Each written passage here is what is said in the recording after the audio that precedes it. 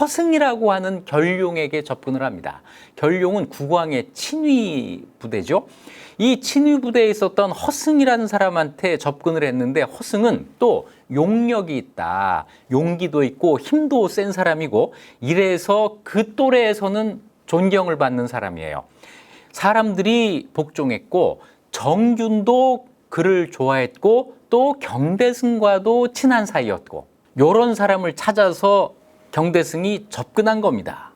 경대승이 허승에게 내가 흉악한 무리를 제거하고자 하는데 이 흉악한 무리는 정중부, 정균, 송유인 요 세 사람이겠죠. 내가 따라만 준다면 성공할 수 있다. 이래서 이제 허승을 자기 편으로 끌어들이려고 해요. 그랬더니 허승이 또 허락을 합니다. 허승도 이거 송유인이 하는 게 너무 심한 것 같고 자 이거 이제는 이 사람들을 쫓아내야 되겠다고 생각을 한 거예요. 말하자면 이제 말을 갈아타자 허승도 그런 생각을 한 거죠. 그랬더니 경대승이 이제 작전을 짭니다. 장경회라는 게 열릴 건데 장경회는 뭐냐면 아주 중대한 불교 행사인데 이걸 하려면 수많은 군인들이 거기서 호위를 쓰게 될 거 아니에요. 이 장경회가 끝나면 군인들이 전부 곤히 잠들 것이다. 장경회가 끝난 날 밤을 디데이로 삼자.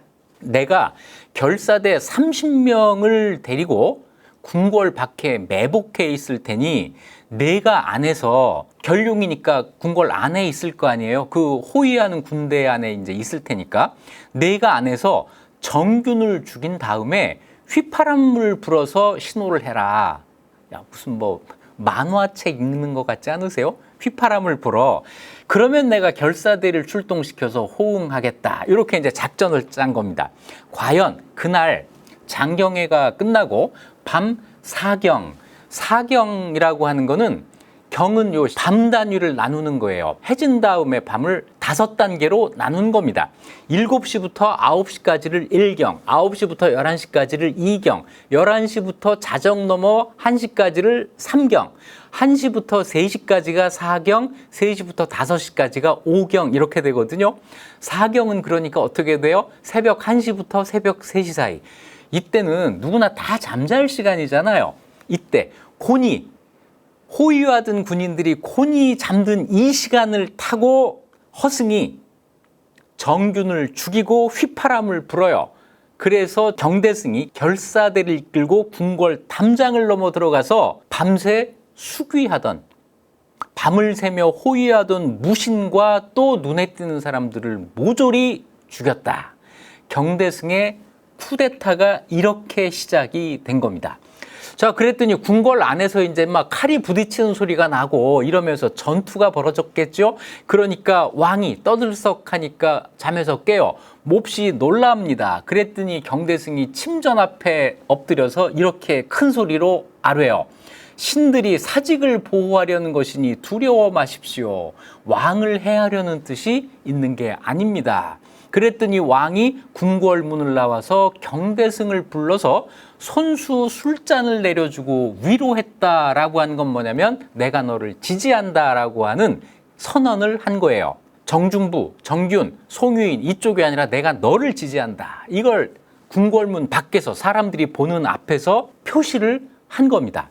자, 그러니까 경대승이 이제 왕에게 금군, 왕 바로 옆에 있는 이 친위 부대를 출동시켜서 정중부와 송유인을 체포하십시오라고 요청을 했고 이런 소식을 들은 정중부가 도망쳐서 민가에 숨어 있었는데 모두 체포해서 목을 베고 저자에 매달았다.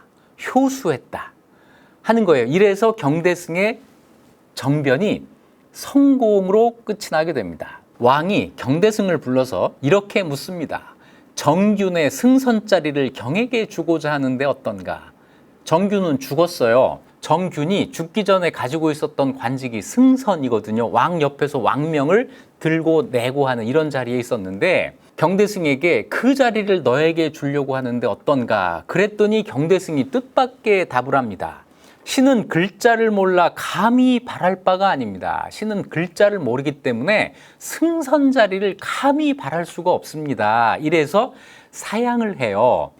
이때 과연 글자를 모른다고 했을까? 난 놓고 기역자 모르는, 아니죠. 기역자가 없을 테니까 기역자는 몰랐을 거고, 정말 일자 무식이었을까? 이 얘기를 하는 걸까? 저는 그렇지는 않다고 봐요. 왜냐하면 경대승의 아버지가 고위 관직에 있었고 음서로 관직에 오를 정도면 기본적인 공부는 했을 거란 말이에요. 그래서 이때 저는 글자를 몰라라고 하는 이 이야기는 저는 문자를 몰라.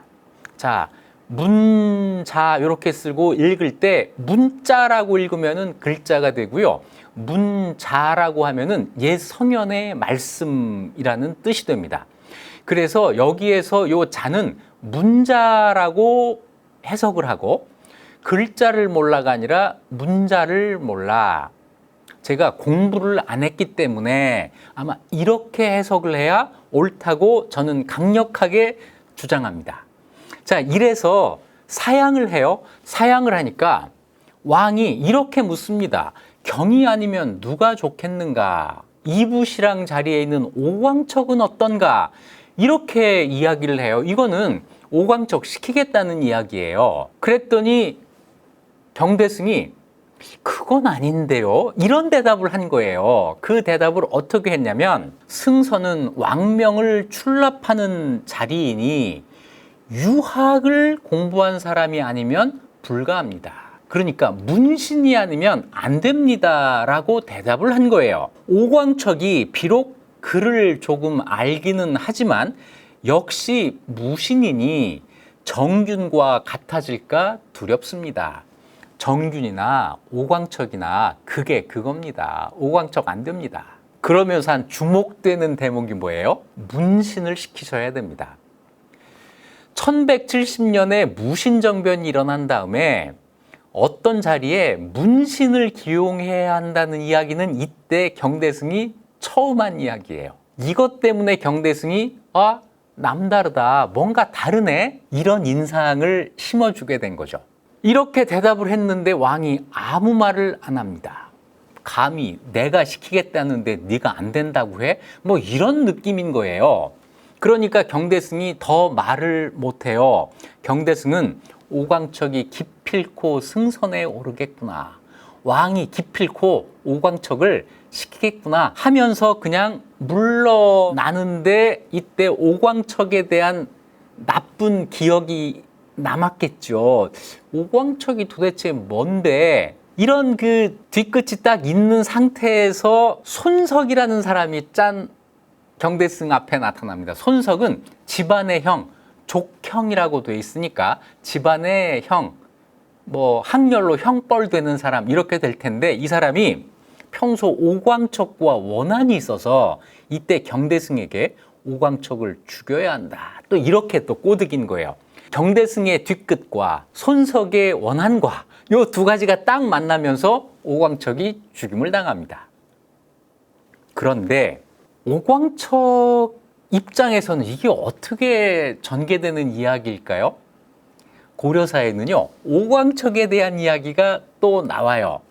처음 들어보는 사람이고 앞으로도 기억할 필요 없는 사람이긴 하지만 그래도 역시 얘기는 양쪽에서 다 들어봐야 돼 라는 점을 확인하기 위해서 오광척의 이야기를 한번 찾아가 보도록 하겠습니다. 오광척은 아버지가 오정이라는 사람이고 군인이었어요. 군인이었는데 서경에서 반란이 일어났을 때 왕이 이 오광척의 아버지 오정에게 조서를 주면서 가서 타일러라, 이렇게 명령을 내립니다. 그래서 오정이 이 조서를 품에 감추고 지름길로 가다가 나졸한테 붙잡혀서 옥에 갇히게 되는데 아마 이 조서가 비밀리에 전달되어야 하는 것이었겠죠. 그래서 내가 왕명을 받고 가는 길이야, 이걸 떳떳하게 밝히질 못하고 할 수 없이 옥에 갇힌 겁니다. 옥에 갇혀 있는데 어떤 못생긴 여자가, 얼마나 못생기면 고려사에서 못생긴 여자라고 했을지 참 그 상상이 안 가는데요, 음식을 해줬어요. 이 어려운 사정에 있는 오정에게 음식을 해줘요. 오정이 이를 고맙게 여겨 부부 되기를 약속하고 오광척을 낳았다. 아니, 뭔가 이게 중간이 많이 생략된 것 같죠? 어쨌거나 그랬다는 거예요. 그래서 오광척이 그런 아버지와 그런 어머니 사이에서 태어났다라는 거죠. 그런데 뒤에 오정이 자기 본처와 사이에서 아들이 끝내 없자 오광척을 불러다가 자기의 뒤를 잇게 했다. 말하자면 설이었던 거예요. 본처와의 사이에서 태어나지 않았으니까 서자 또는 얼자인데 아마 이 어떤 못생긴 여자가라고 하는 이 여자가 뭔가 천민 신분이었다는 느낌이 있죠. 아마 얼자가 아니었나 싶은데 이래서 아버지의 뒤를 이어서 관직에 올라가게 되는데 이 오광척도 문신들하고 놀기를 좋아하고 무신들을 좋아하지 않았다는 거예요. 전에 송유인이 그랬잖아요. 그래서 송유인은 무신정변 일어난 다음에 정중부한테 잽싸게 달려가가지고 내가 사위가 되겠습니다. 허락해 주십시오. 이랬다는 건데 오광척은 그렇게 하지 않았는데 이의방과 친해졌다는 거예요. 그래서 오광척은 이의방과 친해져서 무신들한테서 왕따를 당하지 않고 그대로 승진을 해서 금오이 장군 이부시랑이라는 관직에 오릅니다. 이부시랑은 사품관직이거든요. 그랬는데 왕이 명종이 승진을 시켜주려고 했어요. 너 이제 사품직에 있으니까 삼품직으로 올려줄게. 그랬을 때 오광척이 이런 말을 합니다. 신은 적은 나이에 사품에 임명되었고 이부시랑을 겸하는 그런 영광도 얻었으니 이것으로 족합니다. 분수를 아는 사람이었던 거예요. 막 나가는 그런 무신들하고는 좀 달랐던 사람이죠. 그리고는 양주도, 그러니까 지금의 경기도, 충청도, 여기를 이제 양광도라고 하는데 양광도의 양주 근처의 사신으로, 이 사신이라는 건 뭐냐면 지방관들이 일을 제대로 하고 있는지를 살펴보는 그런 관직이에요. 찰방사라고 하는 타이틀을 가지고 그 지방에 파견이 됩니다. 그때 손석, 누구죠? 이 오광척에게 원한이 있었다고 한 그 손석을 여기서 만나게 되는데 손석의 아버지가 수원의 지방관으로 있으면서 성질이 탐욕스러워 재물을 많이 빼앗는데 끝이 없으므로 백성들이 괴로워하고 있었다. 딱 걸린 거죠. 그러니까 오광척이 딱 가가지고 손석의 아버지를 딱 처벌하면 되는 이런 상황이에요. 이때 손석이 그 낌새를 알아채요. 아, 이 아버지가 처벌받게 생겼는데 그래서 오광척에게 가서 우리 아버지 좀 잘 봐줘. 이렇게 청탁을 한 겁니다. 그랬더니 오광척이 무슨 소리야. 그래서 이 청탁을 들어주지 않고 손석의 아버지를 탄핵해서 파면을 시켜요. 그랬더니 손석이 오광척에게 앙심을 품고 있다가 돌아가는 걸 보니까 경대승이 권력을 잡았는데 오광척을 좀 안 좋아하는 것 같단 말이에요. 그러니까 금방 달려가서 오광척을 죽입시다. 이래서 오광척이 죽음을 당했다는 거죠. 그래서 역시 얘기는 양쪽에서 다 들어봐야 된다. 이게 누가 옳고 누가 그른 거예요? 오광척이 억울한 거죠. 저는 그렇게 생각을 해요. 양쪽 얘기 다 들어봐야 된다. 이 기록이 없었으면 오광척이 뭔가 왕에게 빌붙어가지고 그 승선 자리를 탐하다가 경대승에게 죽임을 당한 뭐 이런 걸로만 알려질 뻔했는데 다행히 이 기록이 있어서 억울한 죽음을 당했다. 자, 이렇게 뭐랄까 좀 평가가 달라질 수 있는 거잖아요. 자, 이제 경대승 얘기로 다시 돌아가겠습니다. 조정 신료들이 다 이제 그 다음날 날이 새가지고 궁궐로 나와서 경대승에게 축하를 합니다. 아, 공이 큰 일을 했어. 뭐 어쩌고 저쩌고 이렇게 축하를 했겠죠. 그랬더니 경대승이 딱 그 축하를 받는 자리에서 참 모양을 세웁니다. 임금을 시해한 자가 아직 살아있는데 축하가 웬 말인가. 임금을 시해한 자, 지금까지 시해된 임금이 누구죠? 의종이잖아요. 의종을 시해한 자가 아직 살아있는데 누구냐면 의종의 척추뼈를 부러뜨려서 죽인 바로 그 사람. 이의민이 지금 살아있는데 축하가 웬 말인가. 내가 이의민까지 손봐줄 거야. 이렇게 이야기를 한 거예요. 이 말을 듣고 이의민이 몹시 두려워했다. 두려워한 이의민이 어떻게 했는가 하는 것은 다음 이의민 편에 가서 보기로 하고요. 이런 모습 때문에 경대승이 그 이전에 이고 이방 정중부와는 좀 다르네, 이런 느낌을 딱 준 거예요. 청렴하다, 문신이 해야 된다, 내가 의종을 죽인 자를 처벌할 거야, 뭐 이런 거, 이런 이미지가 경대승에게는 있어요. 그런데 이 경대승이 그렇게 권력을 잡은 다음에 그런 이미지, 청렴하고 문신을 중요하게 생각하고 의종의 원한을 갚고 이런 이미지대로 정치를 했을까요? 아니에요. 또 여기에서 또 이상한 경대승이 계속 이어집니다. 경대승이 권력을 잡으니까 무신들이 반발을 해요.